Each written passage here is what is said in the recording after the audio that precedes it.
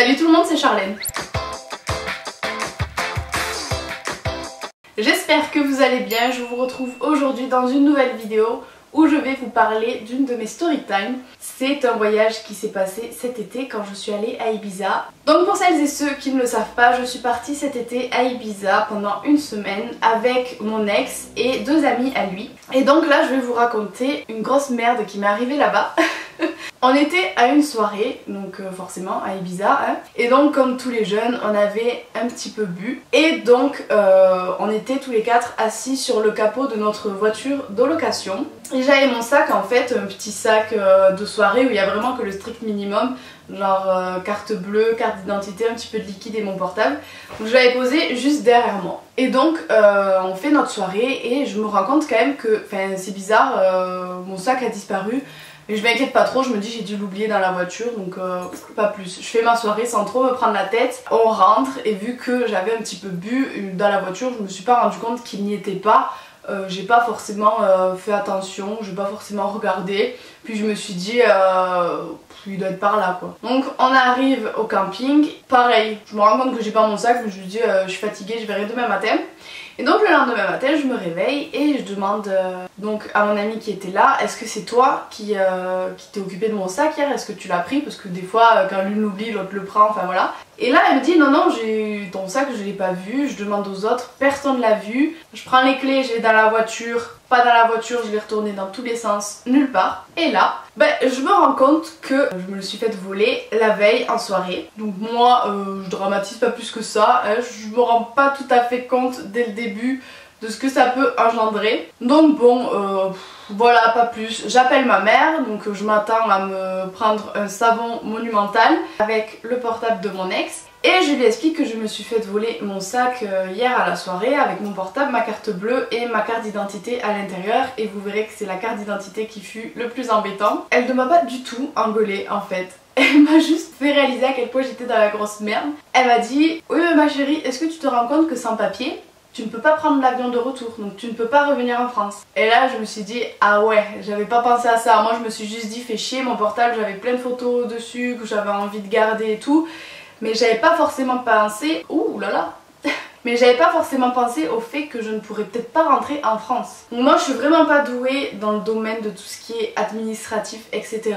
Donc je n'avais aucune idée de ce qu'il fallait faire dans ces cas-là. Donc du coup elle m'a dit d'aller à la gendarmerie et de déposer plainte. Donc Franck m'amène à la gendarmerie, on arrive là-bas, bien entendu les flics, enfin les gendarmes, ne parlent qu'espagnol, donc va expliquer dans une langue autre que ta langue natale que tu t'es fait voler toutes tes affaires et que tu veux déposer une plainte. Donc ils nous ont fait attendre 3/4 d'heure. Pendant ce temps, pépère, ils prenaient le petit café, la petite cigarette, nanana. Moi j'étais au bout de ma vie, j'étais ultra énervée parce que j'avais tout perdu, j'avais toute ma vie dans le sac et dans mon portable. Donc j'étais ultra énervée, les flics ils en avaient rien à secouer, il y avait plein de gens qui entendaient, ils s'en foutaient mais littéralement. Du coup je prends mon mal en patience, j'ai même pleuré dans la salle d'attente tellement j'étais au bout de ma vie. Mais bon, je prends mon mal en patience, de toute façon je sais que les gendarmes là-bas ils sont pas très commodes, donc j'ai plutôt intérêt à me la fermer et à attendre. Donc ils arrivent et là il faut leur expliquer le problème. Du coup on a tapé le texte sur Google Traduction, on leur a filé le portable, ils ont lu. Donc ils nous ont filé le papier en français heureusement pour remplir la plainte. Donc bref, je fais ma plainte, ils me la tamponnent, ils me la signent et retour au camping. Donc voilà, j'étais contente, j'avais posé ma plainte, mais le problème était le même en fait, ça avait absolument rien changé vu que je n'avais toujours pas mes papiers pour rentrer. Donc je ne pouvais toujours pas rentrer en France. Et là je commence à réaliser un peu quand même, je me dis merde, je vais finir SDF à Ibiza, sans papier, sans portable, seule au monde, une SDF. La gendarmerie m'avait quand même dit d'appeler l'ambassade de Madrid, mais elle était ouverte que le vendredi de 10h à midi, je crois, quelque chose comme ça. Et là c'était le mercredi. Donc j'ai dit bon tant pis, pour le moment je peux rien faire, donc je prends mon mal en patience et je fais ma journée et j'appellerai demain matin. Donc moi je suis à Ibiza, je ne vais quand même pas me laisser rabattre et le soir on part en soirée. Et d'ailleurs j'étais assez étonnée parce que j'ai pas râlé une seule fois sur le fait que j'avais perdu mon portable.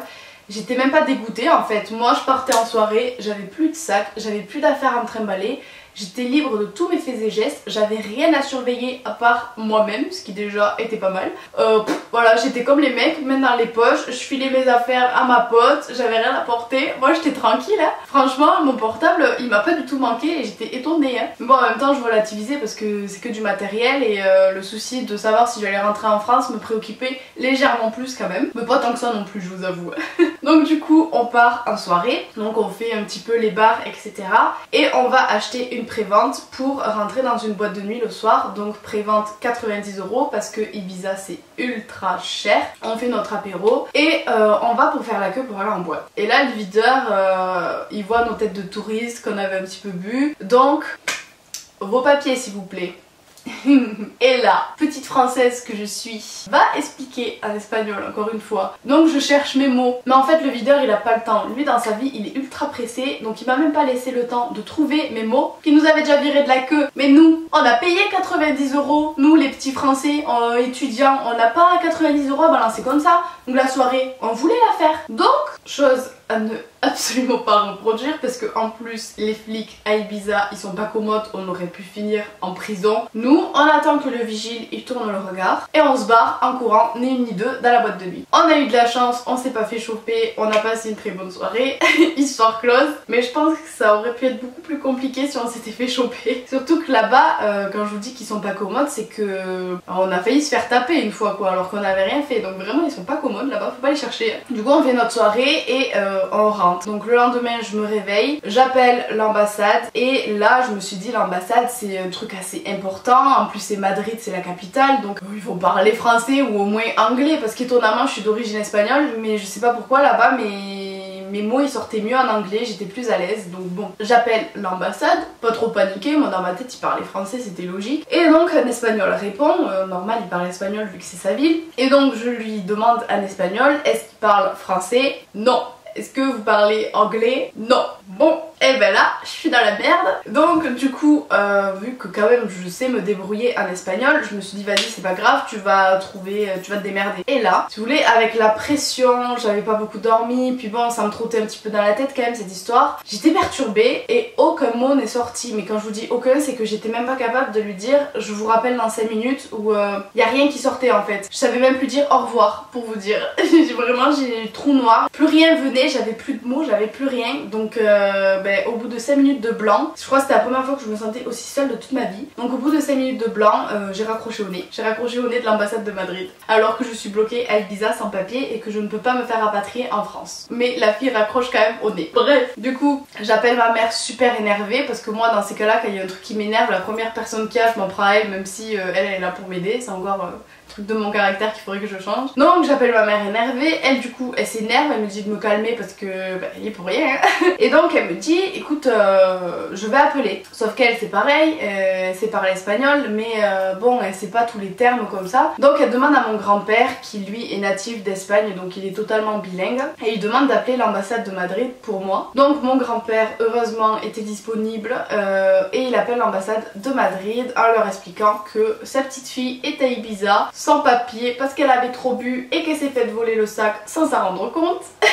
Et il lui demande comment je peux faire pour me faire rapatrier en France parce que pour le moment j'étais bloquée à Ibiza sans argent, sans téléphone, sans carte d'identité, sans rien. Donc j'étais SDF. Et donc l'ambassade lui dit vous inquiétez pas que en gros vu que j'avais ma plainte, enfin mon dépôt de plainte signé par la gendarmerie d'Ibiza, ils allaient prévenir en fait l'aéroport, ils allaient appeler, donc on leur a donné les horaires d'avion avec la date etc et les directions, enfin les destinations plutôt. Et du coup ils ont prévenu l'aéroport comme quoi tel jour, telle heure, telle destination, une jeune fille un peu perdue dans sa vie et un petit peu débile qui a perdu ses papiers allait arriver pour prendre un avion pour rentrer chez elle. Donc tout était censé bien se passer mais je vous avoue que j'appréhendais quand même un peu parce que je me suis dit ouais on me dit ça mais il y a toujours des merdes dans ces histoires donc est-ce que ça va vraiment se passer comme ils le disent ou est-ce qu'il va y encore avoir un truc. Donc bref je finis mes vacances et le jour de rentrer chez nous arrive, donc là panique à bord parce que déjà j'ai le vertige, tout le monde me dit non mais un avion t'as pas le vertige nana, je l'ai pris à l'aller, je me suis chiée dessus comme pas possible, j'ai pleuré, j'étais en crise de panique. Donc déjà je reprends l'avion, ça me rassurait pas trop, mais je vous avoue que je préférais prendre l'avion et pas être rassurée plutôt que rester toute seule à Ibiza pendant que mes potes se barraient direction la France.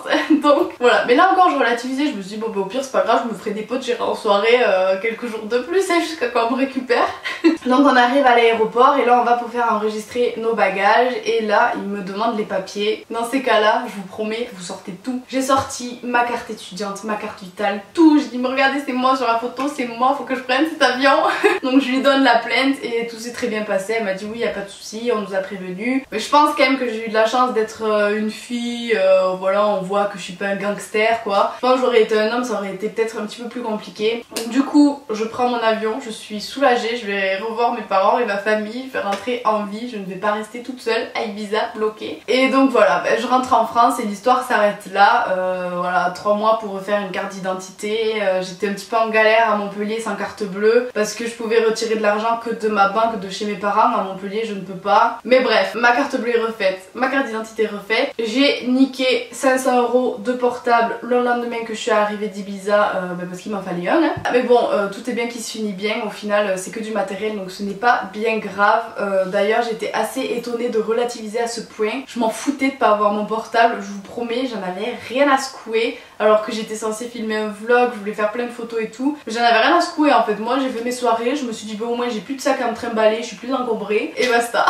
Donc voilà, c'est tout pour cette story time. Si jamais ça vous a plu, n'hésitez pas à mettre un pouce en l'air pour que je comprenne que ça vous a plu. Dans ces cas là j'essaierai d'en trouver d'autres pour vous en refaire. Et voilà, si ce n'est pas déjà fait, je vous laisse cliquer ici pour vous abonner, c'est gratuit et ça vous permet de ne rater aucune de mes vidéos. N'oubliez pas aussi bien entendu d'appuyer sur la petite cloche en dessous de ma chaîne pour être notifié dès que je poste une nouvelle vidéo. Et quant à moi, je vous fais plein de gros bisous et je vous dis à très vite dans une prochaine vidéo. Bisous bisous.